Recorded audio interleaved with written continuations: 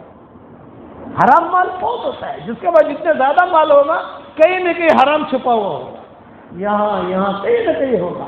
علماء نے لکھا ہے کہ حرام مال بہت زیادہ ہوتا ہے اور حلال مال یہ کم ہوتا ہے، لیکن استغفار کی وجہ سے اللہ تعالیٰ آپ کو جو ہے حلال مال بھی دے گا اور بہت زیادہ دے گا۔ اس پر ایک قصہ سناتا ہوں، 1:25 پر مجھے بیان ختم کرنا ہے، اور دعائیں بھی اللہ قبول کرے گا۔ امام احمد بن حنبل کا نام سنا ہوگا آپ نے، ارے سنا ہے نہیں سنا؟ بہت بڑے امام گزرے، بڑی بڑی کتابیں لکھی ہیں۔ حرمین شریفین میں حرمین شریفین کے اندر ان کا مسلک چلتا ہے. جمعہ کے دن بیان میں حرم شریف کے ائمہ قال الامام احمد بن حنبل، قال الامام احمد بن حنبل، ان کا یعنی حوالہ دیتے ہیں. امام احمد بن حنبل نے یہ کہا، یہ کہا، یہ کہا، یہ کہا. ایک مرتبہ ایک مسجد میں چلے گئے امام صاحب، ٹھنڈی تھی. دمشق میں، شام میں، مدینہ میں ہمارے یہاں بہت ٹھنڈی ہوتی ہے. آپ کے یہاں اتنی ٹھنڈی نہیں ہوتی، ہمارے یہاں بہت ٹھنڈی. جب ٹھنڈیاں ہوتی ہیں ایسی ٹھنڈی کہ فجر کی نماز میں ایسے ترتیب یہ دیکھا، میرے ساتھ ٹھنڈی بھی وہی تھا حسین کو ماشاء اللہ روڈ پر کر جاؤ، یہ جاؤ، تمہیں ٹھنڈی کے اندر بھی بہت زبردست ٹھنڈی، پالا پڑ رہا تھا. امام صاحب جائے مسجد میں چلے گئے. مسند امام احمد بن حنبل لکھ رہے تھے تو ان کو پورا کرنا تھا کام. امام صاحب جو ہے وہ نماز کے بعد بیٹھے اور بیٹھ کر اپنا کام کرنا شروع کیا. تو مؤذن آیا. عام طور سے مؤذن جو ہوتے ہیں وہ ایڑے ٹیڑھے ہوتے ہیں، سمجھ گئے نا؟ عام طور کی بات کرتا ہوں، ان کا دماغ ایڑا ٹیڑھا ہوتا ہے، درجہ ان کا بہت اونچا ہوتا ہے، لیکن اخلاق کے اعتبار سے وہ ایڑے ٹیڑھے ہوتے ہیں. سب سے واسطہ پڑتا ہے نا، وہ جو رف باتیں بھی کرتے رہتے ہیں. وہ امام صاحب کے پاس آیا، چچا ہماری مسجد کا قانون ہے کہ عشاء کی نماز کے بعد 1 گھنٹے کے بعد مسجد بند کر دیتے ہیں، آپ نکلو یہاں سے. امام صاحب نے کہا صحیح، انا ابن البلد، میں اس شہر کا مفتی ہوں اور جس نے عشاء کی نماز پڑھائی وہ میرا شاگرد ہے. ارے میں شاگرد کچھ نہیں جانتا، مفتی کچھ نہیں جانتا، مجھے تو مسجد بند کے لیے نکلا گیا. امام صاحب نے کہا یار ٹھنڈی، بڑھاپا، کتاب میرے ہاتھ میں، قلم میرے ہاتھ میں، اب میں کیا کروں؟ شاگرد کوئی ہو تو بتا دیں. اکیلا تھا. میں نے کہا بھائی مجھے جو ہے جلدی سے کتابیں تو سمیٹنے دے. لیکن جلدی کرو جلدی کرو جلدی کرو. وہ جلدی کرتے کرتے وہ دروازہ کھٹ کھٹ کھٹ کھٹ سمجھ گئے، دروازہ بند کرنے شروع کیے. ایک دروازہ کھلا رکھا ہے، نکلو یہاں سے. امام صاحب نے کہا میں نے ساری کتابیں جمع کی، جمع کر کے اپنے قلم ولم ٹھیک ٹھاک کیا، اپنے آپ کو بھی تھوڑا کنٹرول کیا اور سب میں نے جھولے میں ڈال کر باہر نکلا. جب باہر نکلا تو اس نے جو دروازے سے مجھے نکلنا تھا کھٹ کر کے بند کر دیا اور سلام بھی نہیں کیا اور چلا گیا. امام صاحب فرماتے تھے کہ ٹھنڈی کی رات میں کیا کروں، کہاں جاؤں، پالا پڑ رہا تھا، برف گر رہی تھی. تو امام صاحب نے کہا کہ تھوڑا باہر جا کر، جیسے یہ آپ کا وضو کرنے کا ہے نا، تھوڑی سی چھت ہے، تو جگہ تھی تو وہاں جا کر صاف آف کر کے میں بیٹھ گیا. میں نے کہا رات بھر یہی رہوں گا، تھوڑی سی روشنی بھی آ رہی تھی، کام کروں گا، کام کر کے صبح چلے جاؤں گا. وہاں جا کے بیٹھ گیا. وہاں جا کے بیٹھا تو سامنے یہ خباز کا مکان تھا، روٹی بنانے والے کا تنور تھا اور اس کا مکان بھی تھا، نیچے تنور اوپر مکان.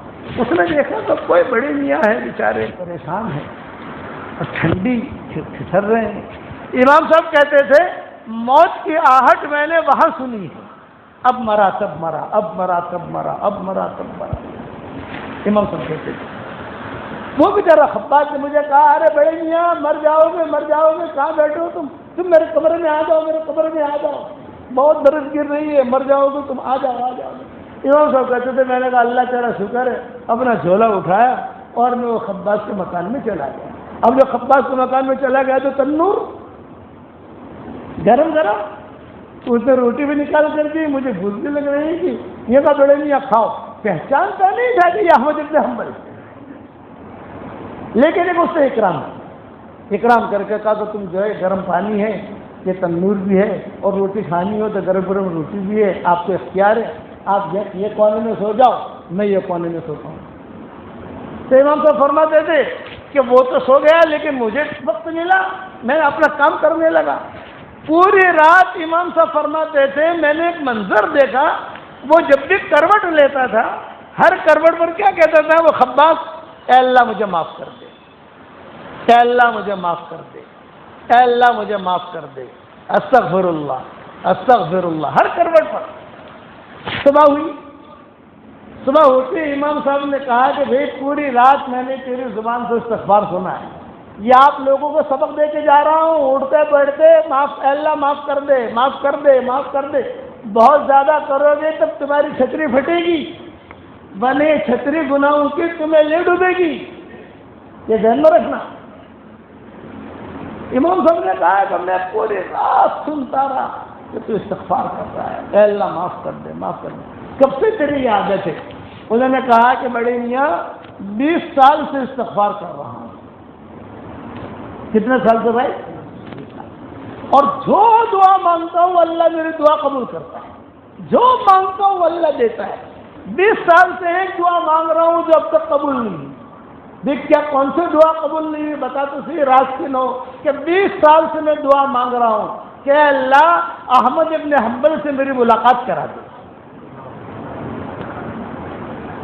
امام صاحب نے جب یہ جملہ سنا, امام صاحب کی آنکھوں میں آنسو آ گئے اور کھڑے ہو گئے. کہا کہ میں ہی احمد ابن حنبل ہوں, میں ہی پھر امام صاحب جب اس نے سنا کہ یہ احمد ابن حنبل میرے گھر میں احمد ابن حنبل, وہ بیچارہ کھڑا ہو گیا امام صاحب کو تو بوسے دینے لگا. 20 سال سے میں دعا کر رہا ہوں کہ اللہ احمد ابن حنبل سے میری ملاقات کرا دے, میری ملاقات کرا دے. امام صاحب بھی روئے, وہ بھی رویا. پھر امام صاحب نے ایک جملہ کہا استغفار کا, کہ تیرا استغفار مجھے کھینچ کر یہاں لایا ہے. دھکے دلاتے دلاتے وہاں اس نے دھکا دیا, مولوی نے دھکا دیا, پہلے دروازہ بند کیا, پھر وہ دروازہ بند کیا, پھر یہ کیا, سب کچھ کر کہ تیرا استغفار جو ہے مجھے دھکے مار مار کر یہاں پہنچا ہے تیری وجہ سے. یہ استغفار اتنی بڑی چیز ہے, کرو گے انشاءاللہ. دوسرا ایک ہدیہ دیتا ہوں آپ لوگوں کو, قبول کرو گے بھائی؟ اس ہدیے کا کیا نام ہے؟ جاندار, شاندار, مالدار, دیندار. 4 نام ہیں اس ہدیے کے. کتنے نام ہیں بھائی؟ جاندار, شاندار, مالدار, دیندار. روزانہ 24 گھنٹے میں 313 مرتبہ سورہ اخلاص پڑھنے کی عادت ڈال دو. بس سورہ اخلاص تو جانتے ہوں گے آپ لوگ, قل هو اللہ احد اللہ الصمد لم یلد ولم یولد ولم یکن لہ کفوا احد. 24 گھنٹے میں پورا کرنا ہے.